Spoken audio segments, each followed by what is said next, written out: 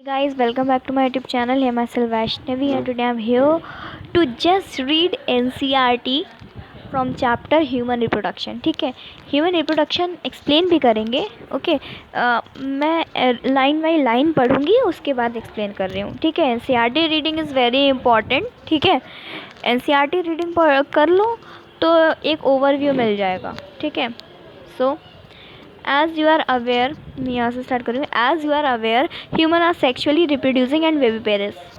Sexually reproduction का मतलब तो समझ में आ रहा है. विविपेरस का मतलब क्या है? देखो, हम राइटिंग ओवर हियर. विविपेरस होता है कि जो which do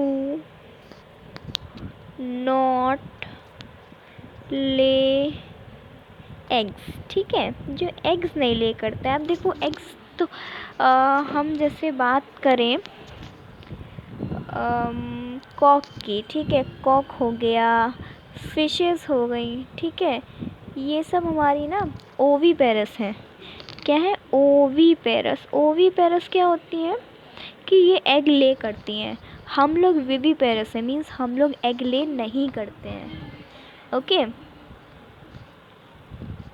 so reproductive event in humans include formation of gamete. देखो, सबसे पहले क्या होता है? सबसे पहले एक गैमिट बनेगा. गैमिट बनेगा तभी तो फ्यूज़ होगा. देखो, गैमिट बन गया. फॉर्मेशन ऑफ गैमिट को क्या बोलते हैं? गैमिटोजेनेसिस, उस प्रोसेस को बोलते हैं. ठीक है, that is sperm in males and ovum in females. Gamete क्या, अगर हम बात करें मेल्स की, मेल गैमेट की, तो ये स्पर्म हो गया मेल गैमेट, और फीमेल गैमेट ओवम हो गया. ठीक है, फिर अब भैया ये बन तो गए, अब इनको ट्रांसफ़र भी तो होना है. ट्रांसफ़र होगा तभी तो फ्यूज़ होगा. ऐसा थोड़ी नहीं कि वो गैमेट सब मेल और फीमेल के अंदर हैं, अपने आप फ्यूज़ होगा. ऐसा तो होगा नहीं. ठीक है, तो transfer of sperm into female genital tract. ठीक है, इसको बोलते हैं इंसेमिनेशन. ठीक है, इंसेमिनेशन. फिर इंसेमिनेशन मतलब ट्रांसफ़र तो हो गया, अब फ्यूज़ होगा. तो fusion of male and female gametes को हम लोग फर्टिलाइजेशन कहते हैं. अब फर्टिलाइजेशन से हमारा बनता है जाइगोट. ठीक है, अब this is followed by formation and development of blastocyst. Blastocyst, देखो, मोरुला और ब्लास्टोसिस्ट एक स्टेज होती है. ठीक है, ब्लास्टोसिस्ट 8 सेल्ड स्टेज होती है. 8 सेल्ड स्टेज होती है. ठीक है, जाइगोट 2 सेल्ड स्टेज होती है, और ये जो ब्लास्टोसिस्ट है इसमें 8 सेल हो जाते हैं, उसको ब्लास्टोसिस्ट बोलते हैं. ठीक है, आई थिंक उसको मोरुला बोलते हैं. फिर उसके बाद फर्दर डिवीजन को ब्लास्टोसिस्ट बोलते हैं. I am not pretty sure about this. Okay, so and its attachment to the, देखो, ब्लास्टोसिस्ट बन गया, उसके बाद अब फिर वो यूट्राइन वॉल में अटैच होगा, उसको इम्प्लांटेशन बोलते हैं. ठीक है, फिर भैया इम्प्लांट तो हो गया, वो डेवलप तो होगा, एम्ब्रियोनिक डेवलपमेंट, उसको जेस्टेशन बोलते हैं. मतलब जेस्टेशन वो पीरियड होता है, वो 9 मंथ का पीरियड होता है, जिसमें जो बेबी होता है वो अपने मदर के वोम में डेवलप होता है. And delivery of the baby, अब डिलीवरी को हम लोग बोलते हैं पार्चुरेशन. ठीक है, you have learned that these reproductive events occur after puberty, and there are remarkable events after puberty. एक सेकेंड, मैंने कुछ गलत कर दिया. You have learned that these reproductive events occur after puberty. ठीक है, puberty के बाद ही ये सारे events होते हैं. There are remarkable difference between reproductive events in male. एक सेकेंड, एक बार आप लोग अंडरलाइन कर लो. ये हटना, इसको हटाना पड़ेगा पूरा. ठीक है, अब देखो, रिमार्केबली डिफरेंस इसमें है कि रिमार्केबली डिफरेंस होता है रिप्रोडक्टिव इवेंट्स में मेल और फीमेल. रिमार्केबली नहीं, बहुत ज़्यादा डिफरेंस होता है मेल और फीमेल रिप्रोडक्टिव इवेंट्स में. ठीक है, फॉर एग्जांपल, एक एग्जांपल देखें. स्पर्म फॉर्म होता है मेल्स में. ठीक है, क्या होता है, स्पर्म ना वो ओल्ड, मतलब जो इंसान बूढ़ा भी हो जाता है, अगर वो ओल्ड मैन भी है तो भी वो स्पर्म फॉर्म होते रहता है. बट ओवम जो होता है हमारा ना, वो बस हम लोग जब 50 ईयर्स के होते हैं ना तो ख़त्म हो जाता है, ठीक है। और ये स्टार्ट हम लोग ना अभी आगे पढ़ोगे कि हम लोग पैदा भी नहीं हुए थे तो भी तो वो बनना स्टार्ट हो जाता है, ठीक है। अभी पढ़ोगे बाद में, ओके। सो स्टार्ट करते हैं अपना male reproductive system. So the male reproductive system is located in pelvis region. Pelvis region देखो, पेल्विस रीजन देख लो क्या होता है। ये एक इंसान है, ठीक है, इसका नाम कुछ रख लो, जो भी रखना है, ठीक है। अब देखो, हमें पता है, हम लोग ने 11th में पढ़ा है कि हम लोग के अंदर कैविटी होती है, ठीक है। ऊपर की कैविटी को बोलते हैं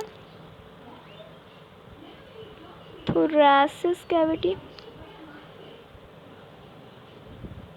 थोरैसिस कैविटी, ये जो आपका आ गया ना, ये है आपका डायाफ्राम,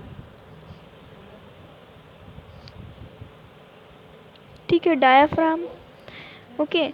एंड और ये नीचे की हो जाती है हम लोग की एब्डोमिनल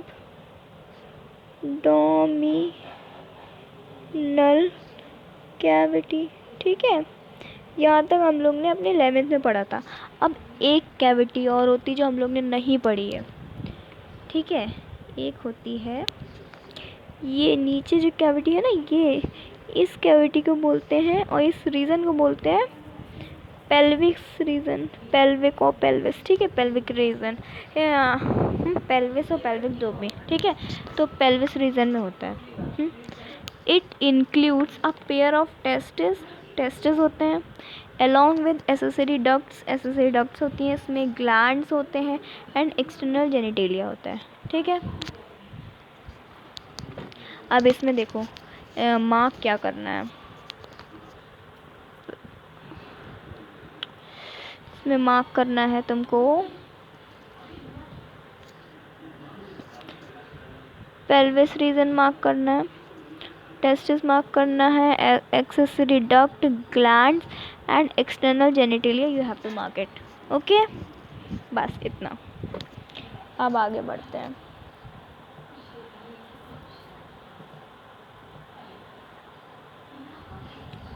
ये देखो,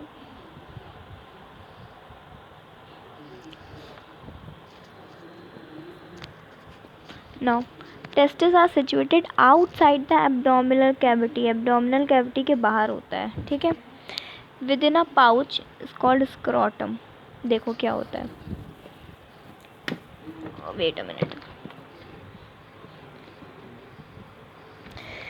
ये सपोज करो ये टेस्ट, ये है स्क्रोटम, ठीक है। ये अंदर होता है टेस्टिस, ठीक है। ये एब्डोमिनल कैविटी के बाहर हैंग आउट होता है, ठीक है। अब हैंग आउट क्यों होता है, क्योंकि जो स्पर्म फॉर्मेशन का टेम्परेचर होता है वो 2 to 2.5 डिग्री सेल्सियस कम होता है हमारे नॉर्मल इंटरनल बॉडी के टेम्परेचर से, ठीक है। सपोज हमारा normal body temperature 35.5 degree Celsius है, तो 35.5 डिग्री सेल्सियस है तो स्पर्म फॉर्मेशन का होगा हमारा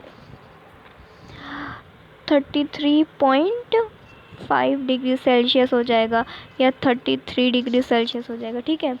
तो कम 2.5 कम होता है, ठीक है। अब इसमें इम्पॉर्टेंट देख लो, स्क्रोटम इम्पॉर्टेंट है, एब्डोमिनल कैविटी इम्पॉर्टेंट है और ये रीजनिंग इम्पॉर्टेंट है, ठीक है, कि हमारे उससे नॉर्मल टेम्परेचर से स्पर्मेटोजेनेसिस जो होता है वो फॉर्मेशन होता है, फॉर्मेशन ऑफ स्पर्म, ठीक है। ये भी आगे पढ़ेंगे हम लोग, ओके। अब देखो, इन adults each testis in Oval shape, Oval shape में होती है। ये देख लो, देखो अगर हम टेस्टिस की बात करें तो ओवल शेप में होती है टेस्टिस, ठीक है। और ये होती है 4 to, इसकी अगर लेंथ देखें तो 4 to 5 होती है, ठीक है। उसकी विड्थ देखें तो होती है 2 to 3 सेंटीमीटर, ठीक है। और ओवल इन शेप होती है। मैं कलर कर लेती हूँ थोड़ा, क्योंकि मेरा मन हो रहा है। ओह, सब हो जाएगा ये तो। फिर एक सेकंड रुको।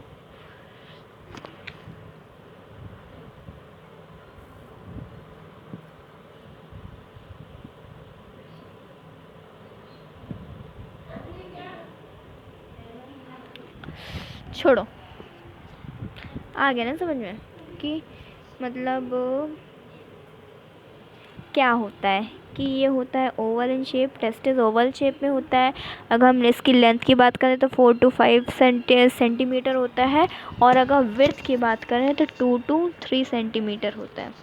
ठीक है। एंड अब टेस्टिस में एक डेंस कवरिंग होती है ना। टेस्टिस की कवरिंग एनसीईआरटी में नहीं लिखी है, लेकिन it is very important for NEET purpose. अगर आप लोग बोर्ड की तैयारी करो तो it is not important for you, but if you are preparing for NEET तो आप लोग को ये पढ़ना पड़ेगा। ठीक है। तो I am writing over here which are the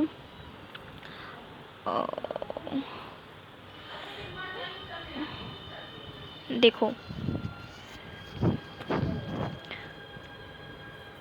tunica, वेजाइनालिस,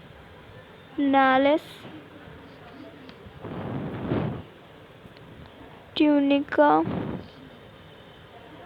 albuginea,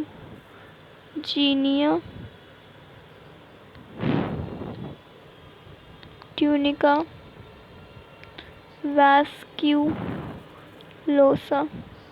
ठीक है। ये टेस्टिस के 3 कवरिंग होती है, tunica vaginalis, tunica albuginea, tunica vasculosa. ठीक है। अब आ जाते हैं अपना यहाँ पे थे हम लोग। ठीक है। अब ये देखो, इसके लिए टेस्टिस का डायग्राम बताना पड़ेगा, लेकिन एनसीईआरटी में तो टेस्टिस का डायग्राम नहीं दिया है। तो अभी इतना लर्न कर लो, मैं अपने नेक्स्ट वीडियो में टेस्टिस का डायग्राम बता दूँगी। ठीक है, कि कैसे होता है, क्योंकि अभी मैं एनसीईआरटी का मैंने पेज खोला है। Okay. So testis is covered by dense covering. ठीक है, ये समझ में आ गया। Each testis has 250 compartment. ये लर्न कर लो, मैं कल पक्के से समझाऊंगी नेक्स्ट वीडियो में। ठीक है। 250 कंपार्टमेंट्स होते हैं, जिसको हम लोग टेस्टिकुलर लोब्यूल कहते हैं। ओके। नाउ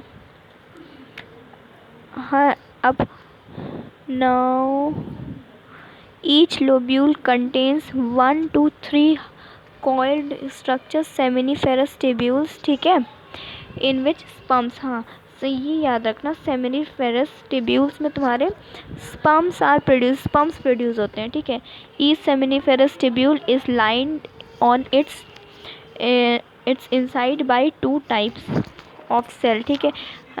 एक सेमिनिफेरस ट्यूब्यूल का टीएस इसमें दिया हुआ है, मैं अभी बता दूंगी।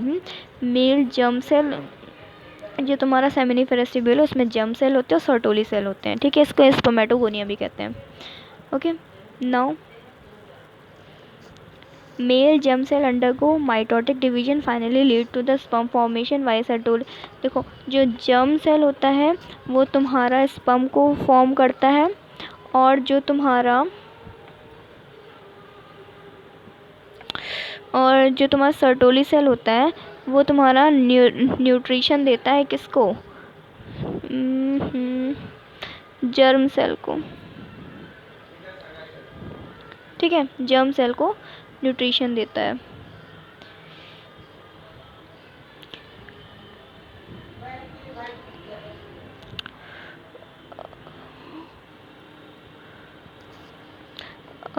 फिर है the region outside the seminiferous tubule called interstitial spaces. ठीक है। इंटरस्टाइटियल स्पेस होती है सेमिनिफेरस ट्यूब्यूल के बाहर, जो कि कंटेन करती है इंटरस्टाइटियल सेल, जिसको हम लोग लीडिक सेल भी बोलते हैं। लीडिक सेल जो है वो एंड्रोजन सिक्रीट करती हैं। ओहो, ये क्या हो गया।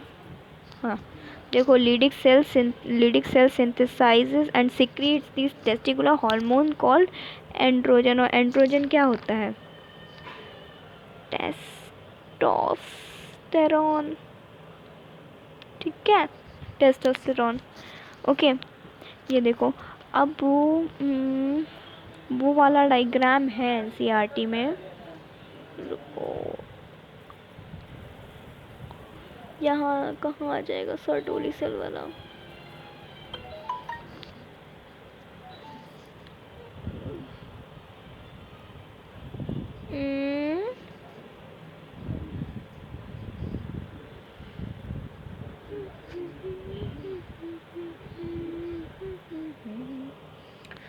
यहाँ पे नहीं दिया है सर्टोली सेल वाला, लेकिन मेरी एनसीईआरटी की बुक में है।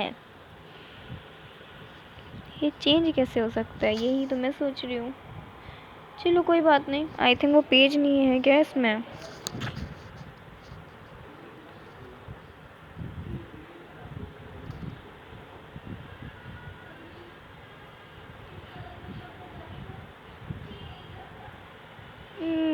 इसमें ये पेज तो नहीं है। चलो कोई बात नहीं, आज हम लोग बस रखते हैं यहाँ तक, ठीक है। कहाँ तक? आज हम लोग रखते हैं अपना ये एंड्रोजन्स तक, ठीक है, यहाँ तक रखते हैं। अब इसके पहले वाला, इसके पहले मैंने जितना भी पढ़ाया है उसका मैं नेक्स्ट वीडियो में डायग्राम से एक्सप्लेन करूँगी, ठीक है। और ये इसके आगे का फिर अपने नेक्स्ट वीडियो में, ओके। वीडियो अच्छी लगी हो तो लाइक कर देना, ओके। Thank you.